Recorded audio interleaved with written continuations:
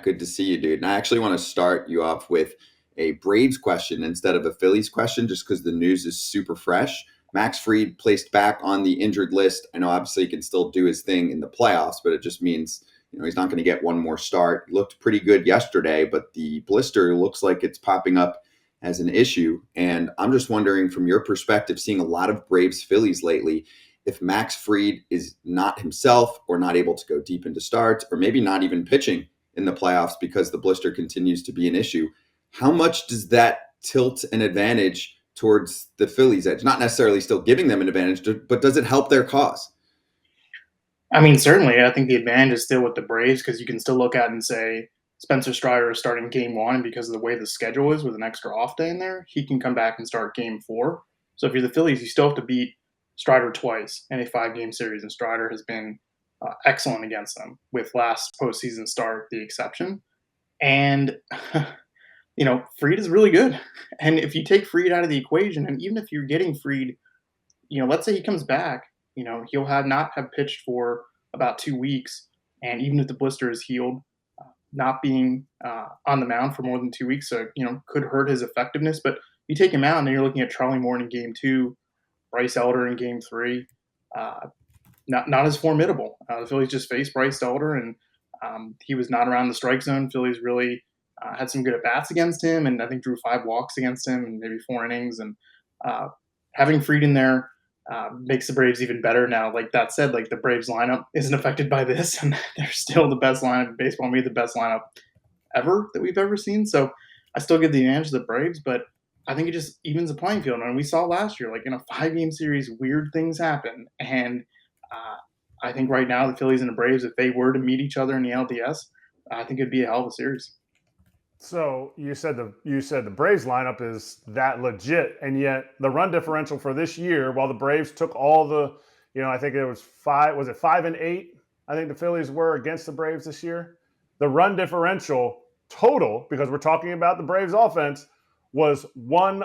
The Braves had +1 more runs scored than given up than the Phillies. So while the win-losses are one thing, is the Phillies offense just as good as the Braves offense, or good enough if they're not as good? I don't think it's as good, Kratzy, but I think it's pretty close. And again, in a 5-game series, those margins are really thin. And we saw last year the Phillies hit a bunch of home runs in the playoffs. And what is the formula for winning in the playoffs? It's hitting the ball over the wall, having 2 really good starting pitchers, and 2 or 3 guys you can really, really trust in the bullpen. And I think right now, I look at the bullpens, and I'm picking the Phillies over the Braves, and that's even with the Phillies having definitely some concerns of late. I thought Jose Alvarado was terrific last night, and he was such a key for them last year. But in terms of the offenses, right now you go down 1 through 9, and yeah, I'm taking the Braves over anybody right now. I think the Phillies have a really challenging lineup for any pitcher to go at. That said, Strider has handled them pretty well this year. And again, you'd have to face him twice in a 5-game series. Matt, quit being a homer. Quit being Eric Kratz, okay? But the Phillies lineup. I mean, okay, the Braves lineup is historic, and I know they only had a +1 run differential, but I'm sure there was a game in there because Kratz and Braun tell me all the time run differential doesn't matter. So now it matters when Kratz wants it, but that's a whole different story.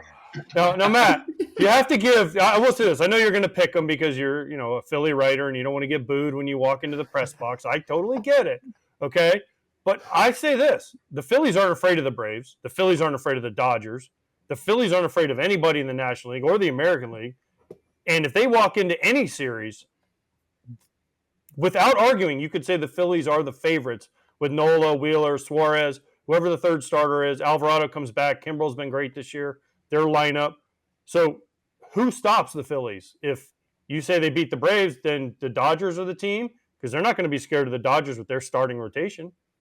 I mean, AJ, I think it's the Braves. I mean, the Braves are the team that, to me, I guess, if you're drawing it up, you want to get them as early as you can in the playoffs. The shorter the series, the more variance, the more weird things that can happen. I feel like if the Braves get past the NLDS, I don't know if anyone's beating the Braves in baseball in a 7-game series. I mean, that's just their lineup is just destroys pitchers over times. It really does. And once you feel like you've gotten through a few guys, and all of a sudden here's another guy, and he makes you pay for your mistakes. So uh, right now, though, AJ, like I look at the National League, and I think the Braves are the best team, and I think the Phillies are the second best team.